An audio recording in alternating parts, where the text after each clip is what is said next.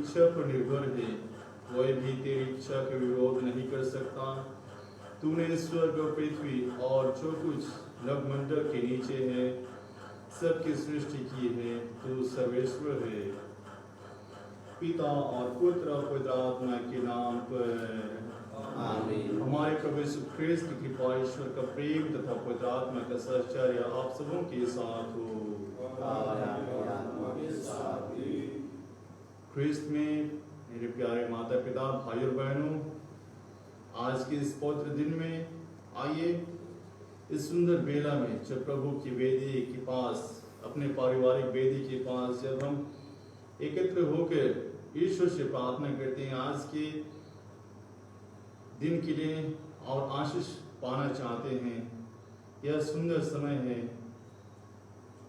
क्योंकि ईश्वर का शुभ संदेश, ईश्वर का सुसमाचार हमें एक दूसरे के साथ मेल प्रेम से रहना और जीना सिखाता है, एक दूसरे की मदद करने के लिए सामने आने के लिए सिखाता है।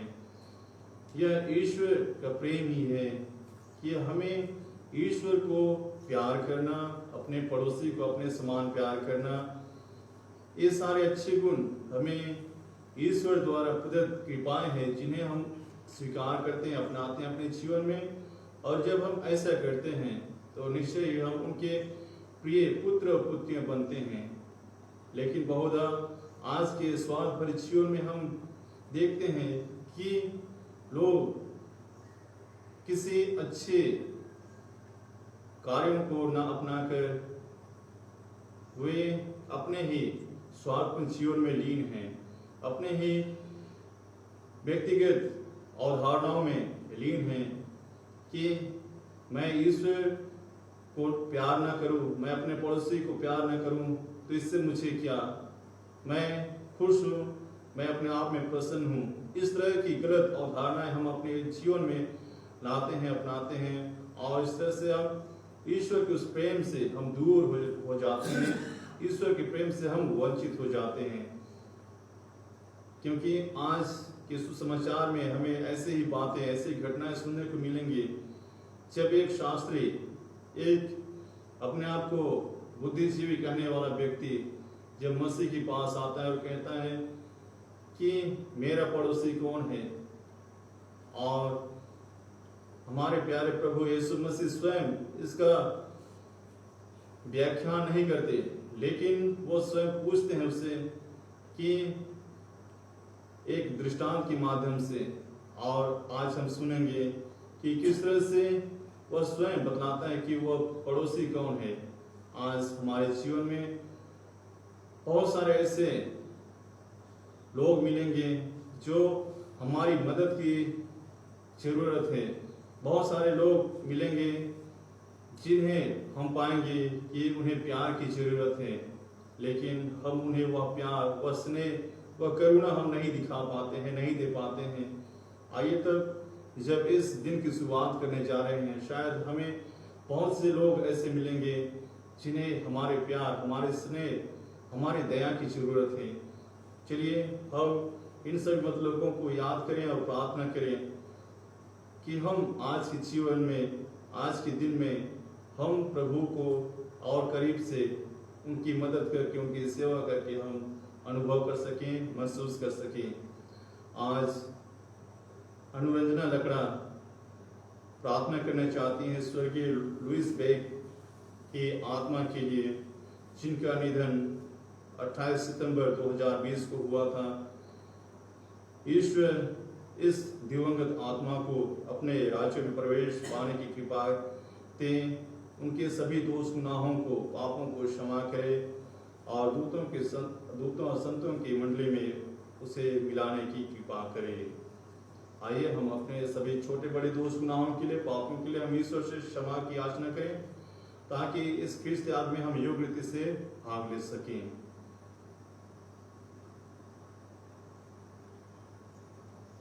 हम सब मिलकर बोले, हे भाई बहनों, मैं सर्वशक्तिमान परमेश्वर और आप लोगों के सामने स्वीकार करता हूँ कि मैंने कर्म से और करने से बार बार पाप किया है। मैं अपना दोष स्वीकार करता हूँ, इसलिए मैं सर्व के सब दूतों से हे भाई बहनों, विनती करता हूँ कि आप मेरे लिए प्रभु परमेश्वर से प्रार्थना करें। सर्वशक्तिमान ईश्वर हम लोगों पर दया करे और हमारे पाप क्षमा कर हमको अनंत जीवन प्रदान करे। आमीन।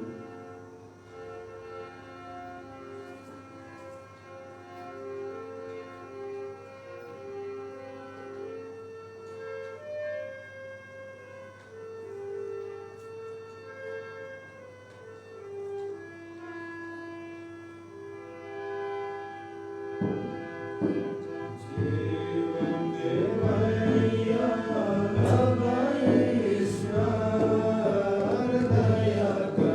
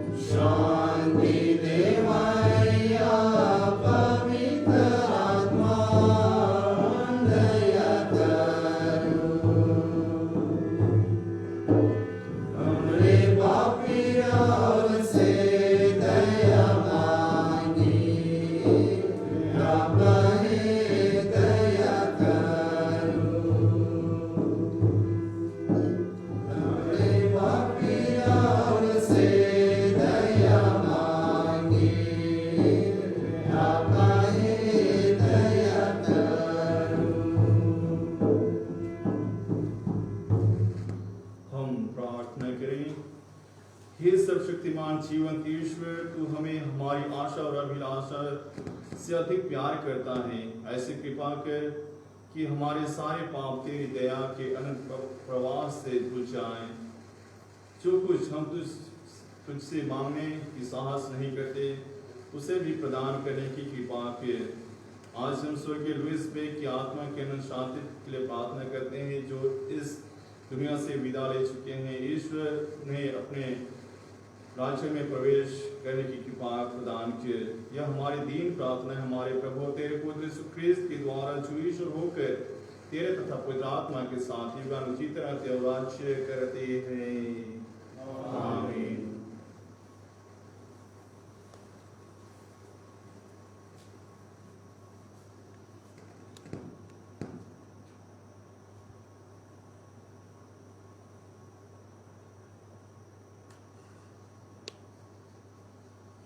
पहला पाठ गलातियों के नाम संत पौलुस का पत्र। मैंने ना तो सुसमाचार किसी मनुष्य से ग्रहण किया और ना सीखा, बल्कि मसीह ने उसे मुझ पर प्रकट किया है। मुझे आश्चर्य होता है कि जिसने आप लोगों को मसीह के अनुग्रह द्वारा बुलाया है, उसे आप इतने शीघ्र त्याग कर एक दूसरे सुसमाचार के अनुयायी बन गए हैं। दूसरा तो है ही नहीं, किंतु कुछ लोग आप में अशांति उत्पन्न करते और मसीह का सुसमाचार विकृत कर देना चाहते हैं। लेकिन जो सुसमाचार मैंने आपको सुनाया, यदि कोई चाहे वह मैं स्वयं या कोई स्वर्गदूत ही क्यों ना हो, उससे भिन्न सुसमाचार सुनाए तो वह अभिशप्त हो। मैं जो कह चुका हूँ उसे दोहराता हूँ। जो सुसमाचार आपको मिला है, यदि कोई उसमें से भिन्न सुसमाचार सुनाए तो वह अभिशप्त हो। मैं अब किसका कृपा पात्र बनने की कोशिश कर रहा हूँ, मनुष्यों का अथवा ईश्वर का? क्या मैं मनुष्यों को प्रसन्न करना चाहता हूँ? यदि मैं अब तक मनुष्यों को प्रसन्न करना चाहता तो मैं मसीह का सेवक नहीं होता। भाइयों, मैं आप लोगों को विश्वास दिलाता हूँ कि मैंने जो सुसमाचार सुनाया वह मनुष्य रचित नहीं है। मैंने ना तो उसे किसी मनुष्य से ग्रहण किया और ना सीखा, बल्कि यीशु मसीह ने उसे मुझ पर प्रकट किया है। यह प्रभु की वाणी है। ईश्वर को धन्यवाद। भजन अनुवाक्य। प्रभु अपने विधान सदा स्मरण करता है। प्रभु अपने विधान सदा स्मरण करता है। धर्मियों की पुष्टि और उनकी सभा में मैं सारे हृदय से प्रभु की स्तुति करूंगा। प्रभु के कार्य महान है, भक्तजन उसका मनन करें। प्रभु अपने विधान सदा स्मरण करता है। अनुवाक्य। प्रभु अपने विधान सदा स्मरण करता है। उसके कार्य सच्चे और न्यायपूर्ण हैं। उसके सभी नियम अपरिवर्तनीय हैं। वे युग युगों तक बने रहेंगे। उनके मूल में न्याय और सत्य है। प्रभु अपने विधान सदा स्मरण करता है। अनुवाक्य। प्रभु अपने विधान सदा स्मरण करता है। उसने अपनी प्रजा का उद्धार किया और सदा के लिए अपना विधान निर्धारित किया है। उसका नाम पवित्र और पूज्य है। प्रभु की स्तुति युगानुयुग होती रहेगी। प्रभु अपने विधान सदा स्मरण करता है। अनुवाक्य। प्रभु अपने विधान सदा स्मरण करता है। जय घोष। हालेलुया। प्रभु कहते हैं, मैं तुम लोगों को यह एक नई आज्ञा देता हूँ, मैंने जैसे तुम लोगों को प्यार किया है वैसे तुम भी एक दूसरे को प्यार करो। हालेलुया।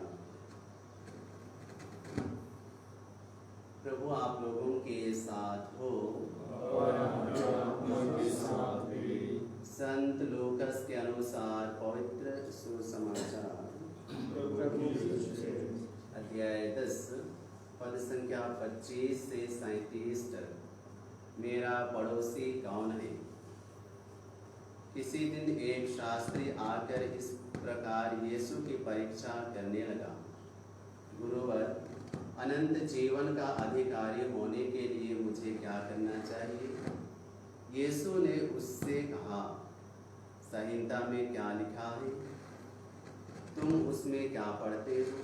उसने उत्तर दिया, अपने प्रभु ईश्वर को अपने सारे हृदय, अपनी सारी आत्मा, अपनी सारी शक्ति और अपनी सारी बुद्धि से प्यार करो और अपने पड़ोसी को अपने समान प्यार करो। यीशु ने उससे कहा, तुमने ठीक उत्तर दिया, यही करो और तुम जीवन प्राप्त करोगे। इस पर उसने अपने प्रश्न की सार्थकता दिखाने के लिए यीशु से कहा, लेकिन मेरा पड़ोसी कौन है? यीशु ने उसे उत्तर दिया, एक मनुष्य यरूशलेम से यरीको जा रहा था और वह डाकुओं के हाथों पड़ गया। उन्होंने उसे लूट लिया, घायल किया और अधमरा छोड़कर चले गए। संयोग से एक याजक उसी राह से जा रहा था और उसे देखकर कतराकर चला गया।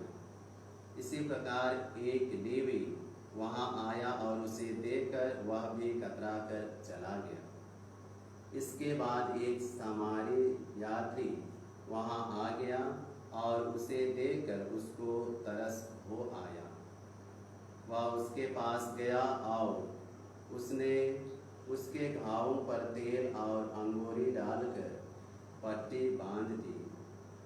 तब वह उसे अपनी ही सवारी पर बैठाकर एक सराय ले गया और उसने उसकी सेवा शुश्रूषा की। दूसरे दिन उसने 2 दिनार निकालकर मालिक को दिए और उससे कहा, आप इसकी सेवा शुश्रूषा करें, यदि कुछ और खर्च हो जाए तो मैं लौटते समय आपको चुका दूंगा। तुम्हारी राय में उन तीनों में से कौन डाकुओं के हाथों पड़े उस मनुष्य का पड़ोसी निकला? उसने उत्तर दिया, वही जिसने उस पर दया की। यीशु बोले, जाओ तुम भी ऐसा ही करो।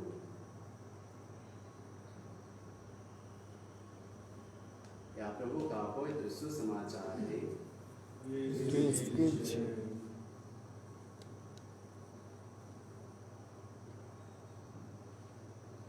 यीशु मसीह में मेरे प्यारे माता पिता, भाई बहनों, परमेश्वर ने हमें प्रेम के लिए बनाया है, जो कि प्रेम से, जो कि परमेश्वर को सारे हृदय से प्यार करना और एक दूसरे को प्यार करना, प्रेम करना। लेकिन आज की दुनिया में हम जो प्यार अनुभव करते हैं वह स्वार्थ से भरा प्रेम दिखता है। मैं इसलिए कह रहा हूँ यह स्वार्थ से भरा प्रेम दिखता है क्योंकि हम बहुत क्या देखते हैं कि हम एक दूसरे को प्यार करते हैं ताकि वे भी हमें प्यार करें, ताकि उनका प्यार भी हमें मिले। इसका उदाहरण हम बर्थडे पार्टीज में हम देखते हैं कि हम उन्हीं के यहाँ जाते हैं जिनसे हमें उसके रिटर्न में, उसके बदले में मिलने की आशा होती है, उम्मीद होती है, और हम उन्हें ही उपहार देते हैं ताकि जो हम उपहार दे रहे हैं उसके बदले में हमें अच्छा उपहार, उससे बेहतर उपहार मिल सके। क्योंकि आज के सुसमाचार में हम पाते हैं कि पड़ोसी से प्रेम करना एक ऐसा कदम है जो हम जानते हैं कि हमारा पड़ोसी कौन है, लेकिन हम शायद इसी स्वार्थ जीवन के कारण, इसी स्वार्थ भरे जीवन के कारण हम वह प्यार नहीं दिखा पाते हैं। यदि दिखा भी पाते हैं तो वह थोड़ा सा दिखावा मात्र केवल है, क्योंकि दिखावा इस मायने में जब एक मुर्गी जब अंडे दे रही होती है और जब अंडे दे रही होती है, अंडे देने के बाद वह आवाज करती है कि, और इससे लोगों को पता चल जाता है कि उसने अंडे दी है। वैसे ही कुछ लोग ऐसे हैं जो थोड़ी मदद करके अपना प्रसिद्धि या फिर अपना नाम हासिल करने के लिए कोशिश करते हैं, प्रयास करते हैं कि मैंने बहुत बड़ा काम किया है, बहुत अच्छा काम किया है। लेकिन इन सभी छोटे छोटे मदद करने से पहले हम संत पौलुस के उन वाक्यांशों पर विचार करने की आवश्यकता है जहाँ वे कहते हैं कि प्रभु हमारी सभी परेशानियों को, हमारे सभी दुख कष्ट में हमारी मदद करता है। तो हमें भी लोगों की मदद करनी चाहिए, हमें भी लोगों की मदद के लिए आगे आनी चाहिए। और आज का यह सुसमाचार जो एक शास्त्री जो कानून और नियम को भली भांति जानता है, यह जानते हुए भी वह क्या कर रहा है, सवाल पूछ रहा है यीशु मसीह से कि मुझे शाश्वत जीवन प्राप्त करने के लिए क्या करना चाहिए। लेकिन यहाँ यीशु ख्रिस्त ये नहीं बतलाते हैं कि ईश्वर को प्यार करो, अपने पड़ोसी को प्यार करो, बल्कि वह उस शास्त्री से खुद पूछते हैं एक दृष्टांत के माध्यम से। और उस दृष्टांत पे हम देखते हैं 3 कैरेक्टर जो एक अधमरे व्यक्ति को देखते हैं और तीनों का रिएक्शन हम पाते हैं कि अलग अलग है। ये तीनों अपने उद्देश्य, अपने गंतव्य स्थान की ओर जा रहे होते हैं, लेकिन उनमें केवल एक व्यक्ति है जो उसे नियम कानून के बारे में ज्यादा तो ज्ञान नहीं है, लेकिन उसे इतना मालूम है कि उसे जरूरतमंद लोगों की सहायता करनी चाहिए, मदद करनी चाहिए। और यही बात उस व्यक्ति जो समारी व्यक्ति है उसके विषय में हम देखते हैं, पाते हैं कि वह निस्वार्थ भाव से, निस्वार्थ प्रेम से वह उस व्यक्ति की मदद करता है और वह उस व्यक्ति की मदद के लिए सामने आता है। हमने कई बार इस दृष्टांत को सुना है, पढ़ा है, इसके बारे में चिंतन किया होगा, लेकिन हम उस निस्वार्थ सेवा और उस निस्वार्थ प्रेम को शायद हमने बहुत बार अनुभव नहीं किया होगा, नहीं समझ सका होगा। लेकिन आज के इस दृष्टांत से हमें निश्चित रूप से हमें समझ में आ गया होगा कि हमारा पड़ोसी कौन है। हमारा पड़ोसी वही जो हम उनके दुख में, सुख में, कष्ट में हम उनकी मदद के लिए, उनकी मदद हेतु सामने आ सकें। आज हमारे लिए भी चुनौती है, क्योंकि हम बहुत सारे ऐसे लोगों से मिलेंगे जो प्यार के अधमरे मिलेंगे। यह एक दुर्लभ मामला है, यह एक हमारे जीवन में अक्सर देखने को मिलता है कि हम अपने परिवारों में आध्यात्मिक रूप से अधमरे लोगों को पाते हैं। हम अपने पड़ोस में प्यार के अधमरे लोगों को पाते हैं, लेकिन हमारा ध्यान शायद उस ओर नहीं जाता है।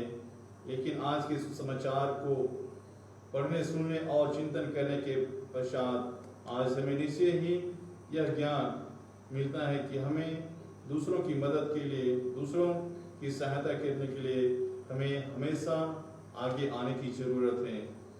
चलिए तब आज जब इस पवित्र दिन में आज के इस दिन को शुरुआत करने जा रहे हैं, ईश्वर से आशीष मांगे, कृपा मांगे कि आज हम समाज में कमजोर लोगों को अपने न केवल शब्दों से लेकिन अपने कर्तव्यों से भी उस सुसमाचार का पालन करने का प्रयास करें जिसमें ईश्वर को प्यार करना, अपने पड़ोसी को प्यार करना सिखलाता है। और न केवल हम भाषण से, न केवल अपने वाक्यांशों से, बल्कि अपने कर्मों से, कर्तव्यों से हम दूसरों को प्यार करना सीखें।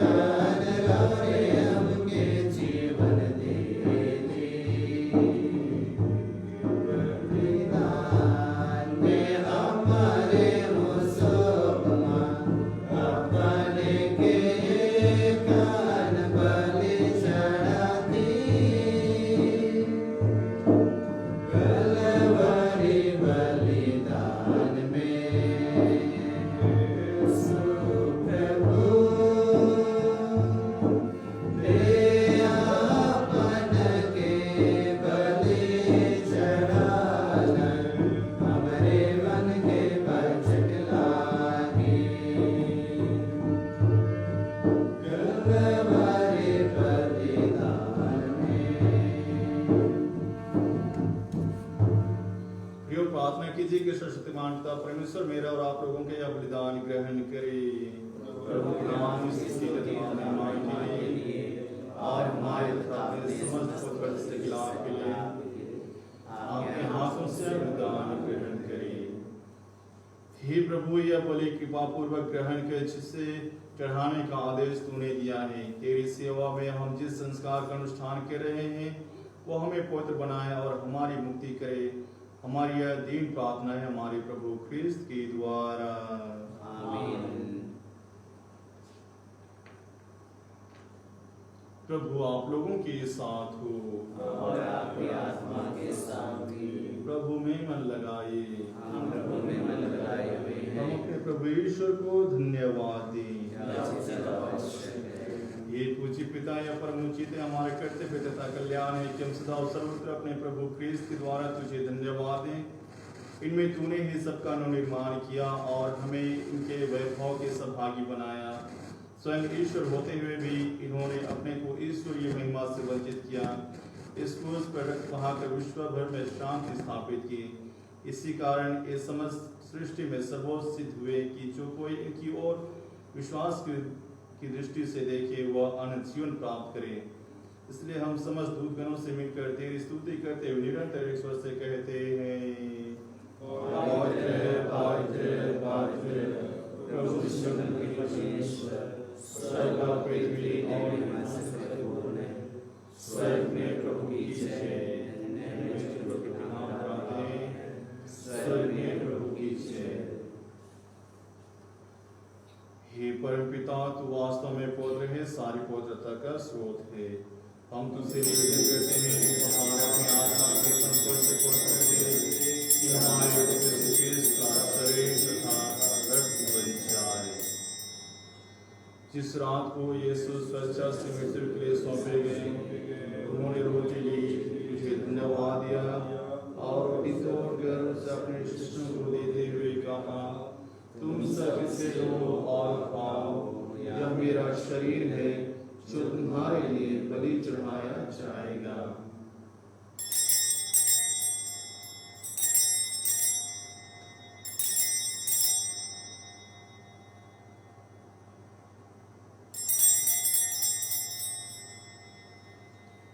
इसी भांति भोजन के बाद उन्होंने कटोरा लिया, तुझे धन्यवाद दिया और उस अपने शिष्यों को देते हुए कहा, तुम सब इसे लो और पियो, यह मेरे रक्त का कटोरा है, नवीन और अनंत व्यवधान के रक्त, जो तुम्हारे और बहुतों के पापों की क्षमा के लिए बहाया जाएगा।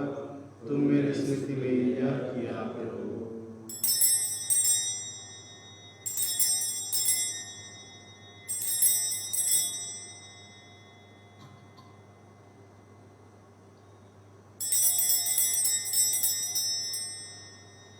यह है हमारे विश्वास का रहस्य। क्रिस्त मर गए, क्रिस्त जी उठे, क्रिस्त महिमा के साथ फिर आएंगे। हे परमपिता, यहाँ के मानकर हम अपने प्रभु की मृत्यु की स्मृति में तुझे जीवन की रोटी और मुक्ति का कटोरा चढ़ाते हैं। हम तुझे धन्यवाद देते हैं कि तूने हमें अपने सम्मुख उपस्थित होने और अपनी सेवा करने का सौभाग्य प्रदान किया है। हमारे मन में निवेदन है कि हम सब जो क्रिस्त का शरीर तथा रक्त करते हैं, पवित्र आत्मा के द्वारा एकता के सूत्र में बंधे रहें। प्रभु हमारे संत पिता फ्रांसिस, हमारे धर्माध्यक्ष पत्र स्मिथ और सभी याजकों के साथ विश्व भर में फैली अपनी कलीसिया की सुधीले तथा इसे प्रेम में सिद्ध बना दे। हे प्रभु, अपने सेवक लुइस बेग की सुधीले, जिनको तूने इस लोक से अपने यहाँ बुला लिया है, उन्हें यह वर दे कि जैसे वे बपतिस्मा में तेरे पुत्र की मृत्यु के सहभागी हुए थे, वैसे उनके पुनरुत्थान का भी सौभाग्य प्राप्त करें। ये प्रभु, हमारे उन भाई बहनों की भी सुधीले जो पुनरुत्थान के आशा में परलोक सिधार चुके, उन्हें और सभी मृतकों को अपने पुण्य दर्शन का सौभाग्य प्रदान कर हम सब पर दया दृष्टि डाल कि हम भी अनंत जीवन के सहभागी बने और ईश्वर की माता धन्य कुमारी मरियम, उनके वर संत योसेफ, प्रेरितगण और सब संतों के साथ जो युग युग में तेरे विश्वस्त सेवक सेविकाएं बने रहे, तेरे स्तुति गान कर सके तेरे पुत्र यीशु क्रिस्त के द्वारा। आइए हम एक साथ मिलकर त्रित्व परमेश्वर का स्तुति गान करें। इन्हीं प्रभु क्रिस्त के द्वारा, इन्हीं के साथ और इन्हीं में हे सर्वशक्तिमान परमेश्वर और आत्मा के साथ तुझे समानता तथा महिमा युगायुग मिलती रहती है। आमीन।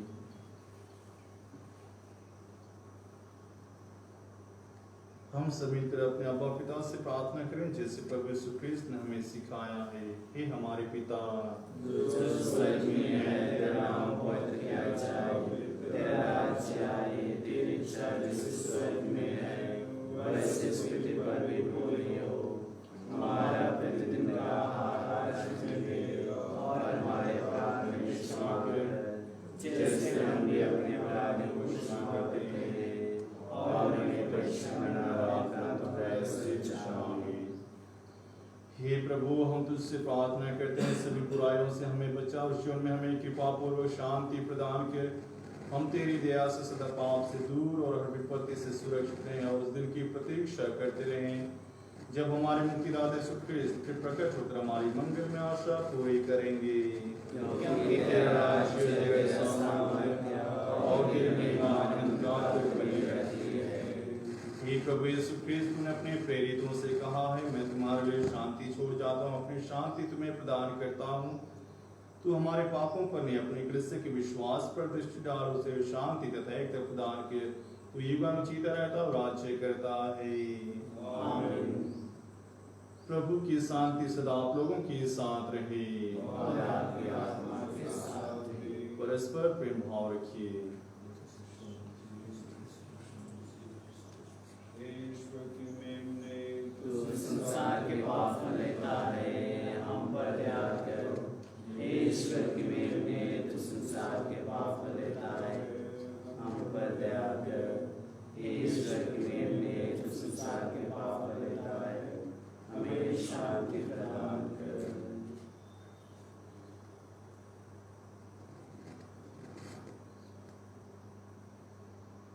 देखिए, ये वही हमारे प्यारे मसीह जो ईश्वर को प्यार करना, अपने पड़ोसी को अपने समान प्यार करना सिखाते हैं। उन्होंने स्वयं अपने जीवन में इस चीज़ को न केवल अपने शब्दों से लेकिन अपने कर्तव्य से करके दिखाया। आज वही हमारे हृदय में इस पवित्र रोटी के रूप में आने वाले हैं। अतः धन्य है हम सब जो इस पवित्र भोज के लिए बुलाए गए हैं। हे प्रभु, मैं इस योग्य नहीं हूँ कि आप मेरे आए कि दृष्टि करने से और मेरी आत्मा शुद्धि हो जाएगी।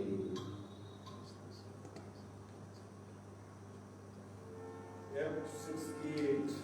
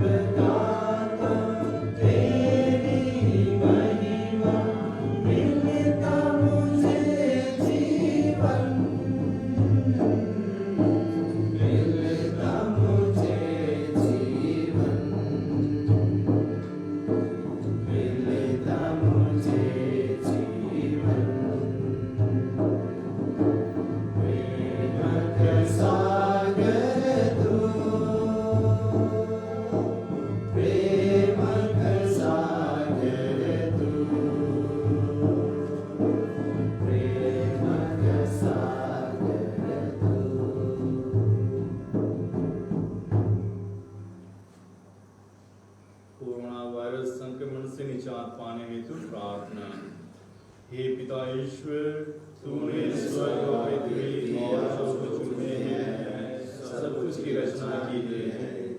मानव को सारी सृष्टि पर अधिकार देकर तूने अपनी महानता प्रदर्शित की है। हे पिता, प्रथम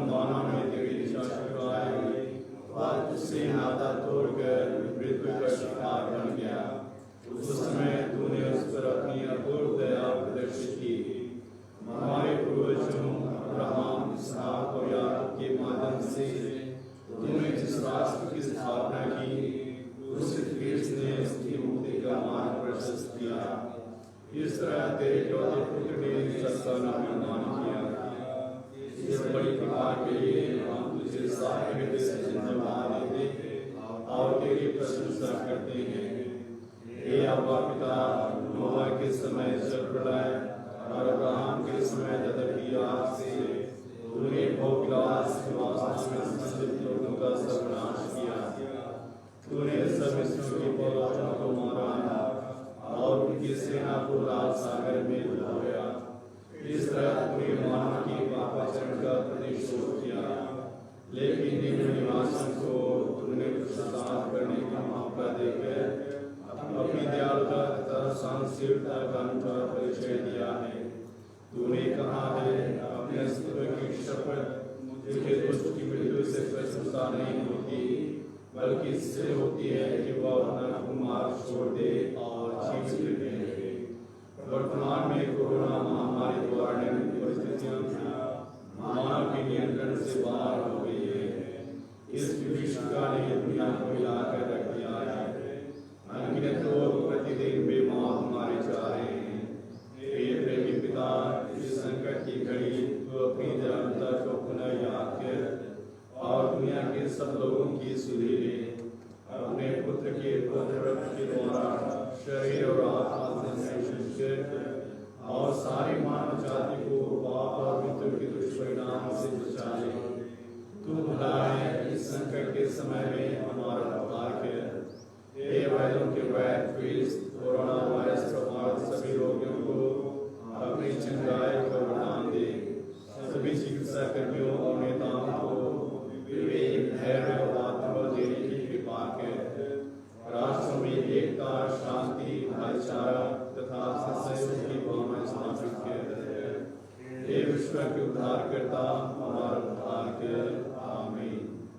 हे मां मरियम, पीड़ितों की सहायिका, हमारे लिए प्रार्थना कर। प्रणाम मरिया, कृपापूर्ण प्रभु तेरे साथ है, तेरे शिष्यों में और तेरे गर्भ का फल यीशु। हे संत मरियम, परमेश्वर की मां, प्रार्थना कर हम पापियों के लिए और हमारे मरने के समय। आमीन। प्रसाद भोजन। जो प्रभु पर आस लगाता है, जिसकी आत्मा उसे खोजती है, प्रभु उसका कल्याण करता है। हम प्रार्थना करें। हे सर्वशक्तिमान ईश्वर, यह दिव्य संस्कार हमें तृप्त कर बल प्रदान करे और हम सबको प्रभु और यीशु के अनुरूप बना दे, जिनको हमने ग्रहण किया है। और आज हम जिस निवेदन को लेकर प्रार्थना किए हैं, स्वर्गीय लुईस बेग, जिनको तूने अपने यहाँ बुला लिया है, ईश्वर उन्हें अपने राज्य में प्रवेश पाने दे। हम यह प्रार्थना करते हैं उन्हें हमारे प्रभु ख्रिस्त के द्वारा। आमीन। प्रभु आप लोगों के साथ हो और आपकी आत्मा के साथ भी। सर्वशक्तिमान पिता परमेश्वर, पिता और पुत्र और पवित्र आत्मा आप सबको आशीर्वाद प्रदान करे। आमीन। हम सब विदा लें। प्रभु की शांति सदा साथ रहे। ईश्वर को धन्यवाद। 241